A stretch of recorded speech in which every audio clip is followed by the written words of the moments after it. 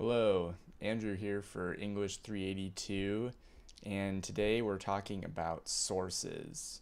So, where we get our news oftentimes directly correlates to our opinions of events. And recently, the Harvard Library made a list of every site that they consider fake news, but we kind of are resisting this approach because it sort of is a blanket approach and it really lacks nuance. So, while it is really important to take into account the differences between the editorial standards between the New York Times and just somebody's blog, I think that we also have to acknowledge that the big institutions sometimes they can write and publish really shoddy or just downright fake news stories that were not well researched or had sources that were not credible. And on the other side, we also need to acknowledge that third party sites or smaller journalists can break really huge stories and they might not have the credentials as a big news site or something. So I think it's really important that we first off acknowledge that no source is completely without bias. Every writer, every person has their kind of slant. Um, but what we're trying to look at is content versus analysis. So we want to make sure that we can agree on the facts of the stories, that everyone is kind of playing by the same rules, that the content that they are writing about is accurate. Their analysis, that is a lot more subjective, and we're not going to really say that any analysis is really fake news. We might disagree with it, or it might be morally reprehensible, but it is different than disagreeing about the content of stories. So we've come up with some ways to tell if a source is valid.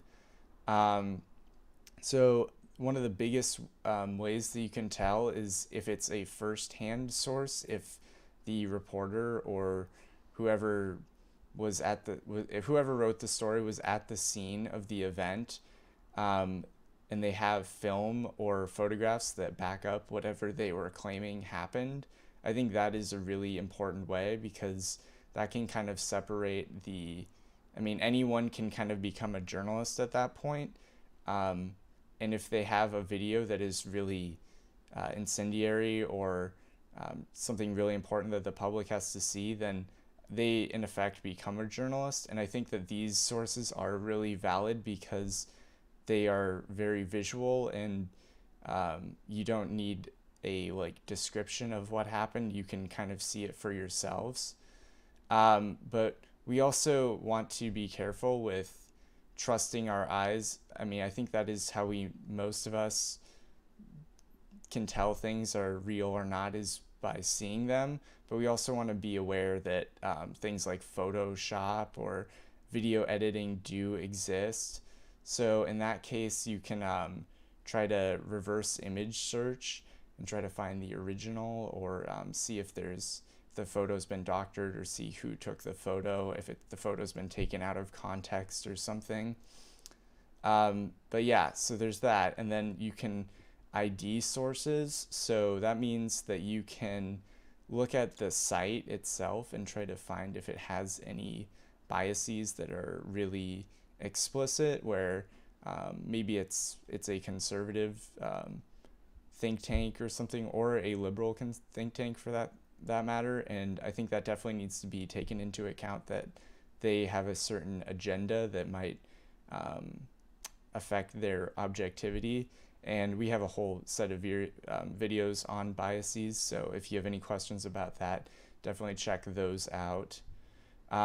Next, you can check the URL and see if there's anything fishy with it. If it's posted on like a foreign domain or a .com, sometimes those are a bit more sketchy than a .org or .edu. So that's another thing to just kind of be mindful of. But I think overall the most important thing that you can do is not just rely on any one source. If you're getting your news only from one source, you are leaving yourself vulnerable to being propagandized or just misled in general. So always double check, um, look at other publications. If it's a major news story, chances are there's not going to only be one person who wrote about it. So definitely check those out and make sure that the content of the piece matches up. And also hear some other analysis, because it's really important that we don't just hear like one side of events, but we definitely want to watch for things that are just deliberately false. And we can also use Snopes or like fact check to sort of verify that the events that they said happened actually did happen. So those are some great ways that you can try to see if a source is um, viable or not. So thank you so much.